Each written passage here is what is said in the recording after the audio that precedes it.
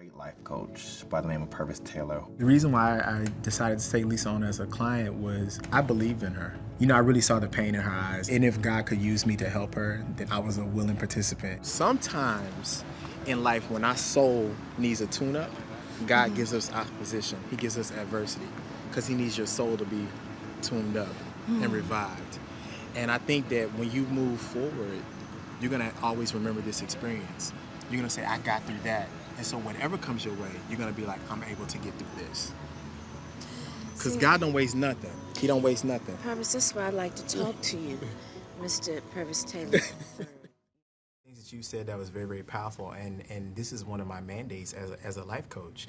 You know, inherent to every human being lives two people, a victim and a victor. Come on. And too often, society encourages us to be victims, but it doesn't encourage us to be victors.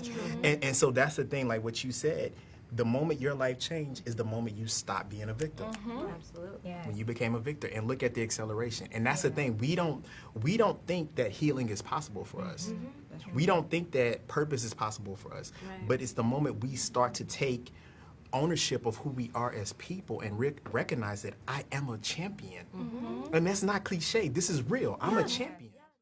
Yeah, well, a lot of times it never has anything to do. You bring up the point, but why do men cheat? That, you know, like as a good question for your survey goes, why do men cheat? I mean, that's like a broad question, and it's very subjective. For each man, it's What's different. your answer? Some examples. I would say a man could cheat from maybe just trying to affirm his masculinity. Maybe he has masculinity issues. So maybe he thinks like, more women I get, it affirms who I am as a man. Overcompensation, we know that. Your answer? You're helping people now. It's so interesting because the thing that used to make me cry gives me my purpose now.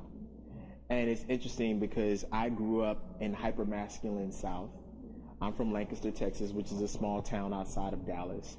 And it was interesting because I've always been into the arts. I've always been, you know, I always like dancing. I've always liked singing. I always like entertainment, all that stuff. And I was never really, I would say, alpha male.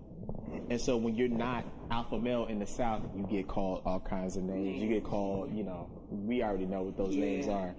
And it was very interesting because it was like, I used to have such a strong, at the time, I used to have such a strong will and determination about who I was. I was very sure about who I was. And when I got bullied and when I even got molested, it kind of altered my life.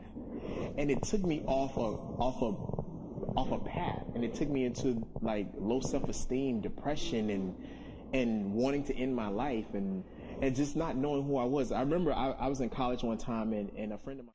I know, Shaman, you authored Seeking Your Soulmate, and Pervis, you also co-authored Single Man, Married Man.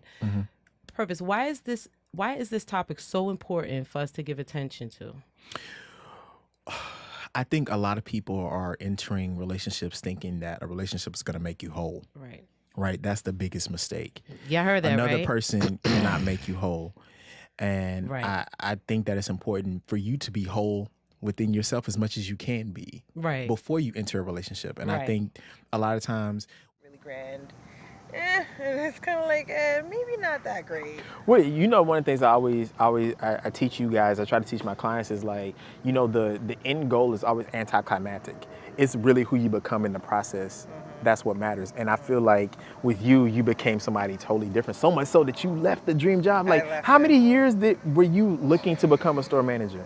10 plus years. 10 plus years. And we start working together, and then it's like boom, boom, boom, boom, boom. It finally started, doors started opening.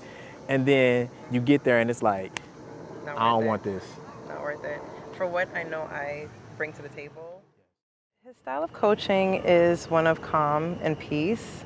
I remember when I came to him a year ago, and I felt unsteady, and I felt blocked, and I felt clouded and foggy, and it's just that calm voice that kind of guides you out of whatever confusion and, you know, mess you're in, so.